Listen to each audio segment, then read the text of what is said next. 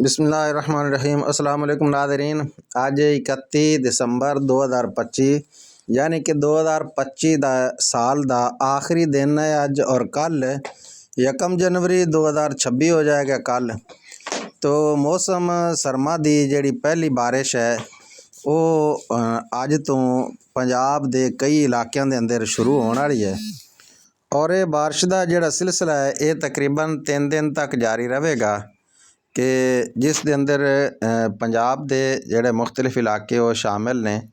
जिस तरीके के अपना ज़िला भावल नगर, तहसील मिंचनाबाद, ज़िला उकाड़ा या ज़िला कसूर, ज़िला साहिवाल और भावलपुर दे कई इलाके जेड़े ने उन्हां दे विच हल्की फुल्की तो लैके दरमियाने दर्जे की बारिश होवेगी।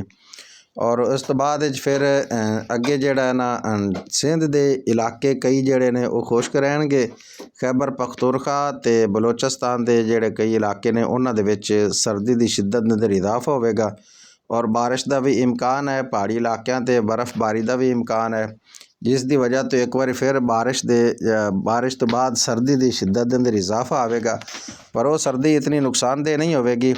तो अज अलहमदुलिल्ला उम्मीद है कि अपने कोल इत्थे तहसील मिंचनाबाद के अंदर इस मौसम सरमा की पहली बारिश होवेगी। इम्कान है उसका कि ये मंडी बहाउद्दीन, गुजरांवाला, सरगोदा ते इन्हां पिशावर, बन्नू, डेरा इस्माइल खां इन्हां इलाकों के विच अज बारिश होवेगी इंशाअल्लाह। और इस तो बाद जिहड़ी अगली गल है वो और बारिश तो बाद जिहड़ा पंजाब दे कई इलाके जिहड़े ने अक्सरियत इलाकों की जिन्हां दे अंदर शदीद धुंध का भी इम्कान जिहड़ा है वो वध जाएगा कि उस दे अंदर जिहड़ी हद निगाह जिहड़ी है वो सिफर तक भी जाण दा महकमा मौसमियात ने अलर्ट जारी किया है। फिर जिहड़ा कई इलाकों के विच महकमा मौसमियात ने वार्निंग भी जारी की है शदीद बारिश की कि आ जिहड़े तुसीं लाल निशान वेख रहे हो ये शदीद बारिश का है कि ये कई इलाकों के शदीद बारिश की भी वार्निंग जारी हुई है कि शदीद बारिश होगी। और कई इलाकों के दरमियान निचले दर्जे तो दरमियाने दर्जे की बारिश होगी, हल्की फुल्की तो लैके दरमियाने दर्जे की।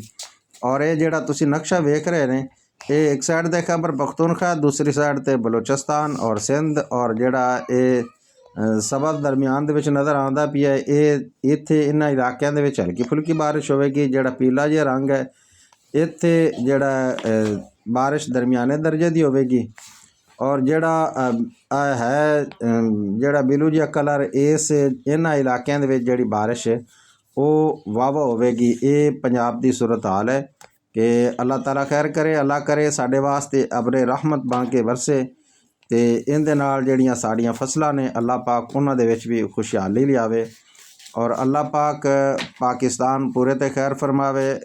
अस्सलामु अलैकुम व रहमतुल्लाहि व बरकातुहू।